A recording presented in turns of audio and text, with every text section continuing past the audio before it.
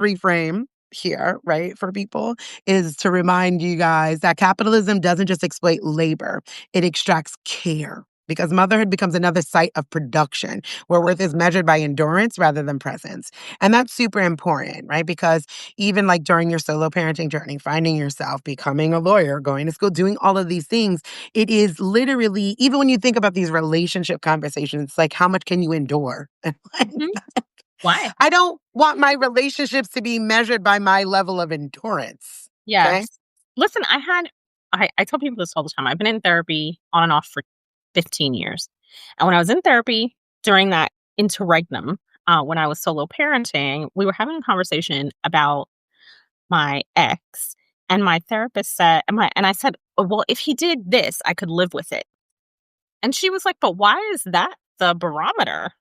Why are we working towards something you can live with?" Like I could just bear with it. Like, Right. She was like, "If that's all you're working towards, that's all you'll ever get." Oh my god. Huge light bulb. Like, I literally yeah, had not thought about it that way, right? no, because we're programmed for the bare minimum, right? Like capitalism, supremacy culture wants us like, because when people are like, oh, it could always be worse, I'm like, it can always be better. Right. Why the fuck are we always talking? I know it could be worse. Like, I know. Why are we not imagining what could be better? Like, I'm like, I will ride with you. I am a rider. I will not die with you. Okay. So if you are not doing the work, right? If you are not willing to step up, if you are not willing to be in a thriving relationship, I will leave you. And that's Yeah. anybody. Right. I will leave the situation because riding is not the same as dying. And what happens is quite often in that like ride or die ideal and that it becomes the endurance, right? It becomes how much can you put up with until when? I Mhm. break.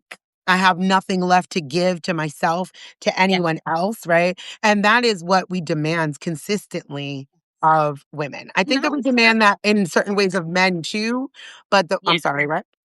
Oh, I was saying that is sort of the point that I had gotten to, right? Where I was like, "Oh, I don't even know who this person is anymore in this relationship. Like, who is this person who is just willing to deal with madness? That's not even me. That's some Listen. other person." Yeah, Right? I'm not doing that. Yeah.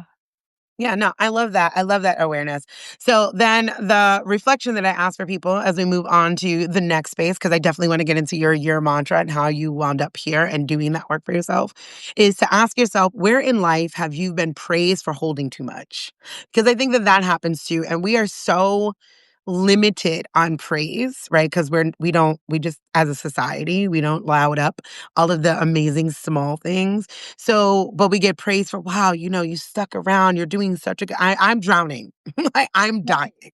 Right. I'm not doing a good job. I am surviving by the hair of my chinny chin chin, right? So ask yourself that. Also ask, what has been called resilience that was actually necessity? Mhm. Right? Like that is super important, right? Like, no, I'm sorry, the cat is everywhere. Okay, I'm gonna move on. And then ask again, what did your body carry last year that no one saw, right? Because you said you had a year of your motto that kind of shifted the way you show up, which is gonna lead us into start where you are and do what you can. So I'm asking you, what did this mantra give you access to that productivity culture never did? Right. Like, because you are hella productive member of society talking about a law professor, a teacher, administrator, a mom of six. And at Yeah. one point in time, I felt like you're productive as hell. So talk to me. What did it Yes. give you access to? So, I mean, first and foremost, it gave me access to rest, right? To really leaning into, Deidre, you are tired. I mean, Hmm. truly, this is I don't know how to explain this exactly, but for a long time, it was hard for me to recognize when I was tired. Oh, yeah. Like I was so like in my head as opposed to in my body that I really couldn't tell when I was tired, you know? No, you just So fall. right. Exactly. So over the course of this year, I have really learned to tune into my body's indications that I'm tired and then to be responsive to that, right? Okay, you are tired. Go lay your little self down somewhere, Deidre. I right? love responsive care.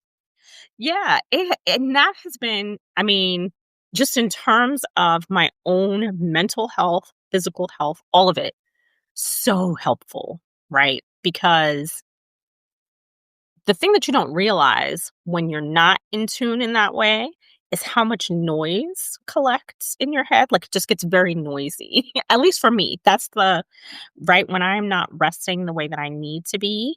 For me, it gets very loud in my head, makes it very difficult to have clarity, right?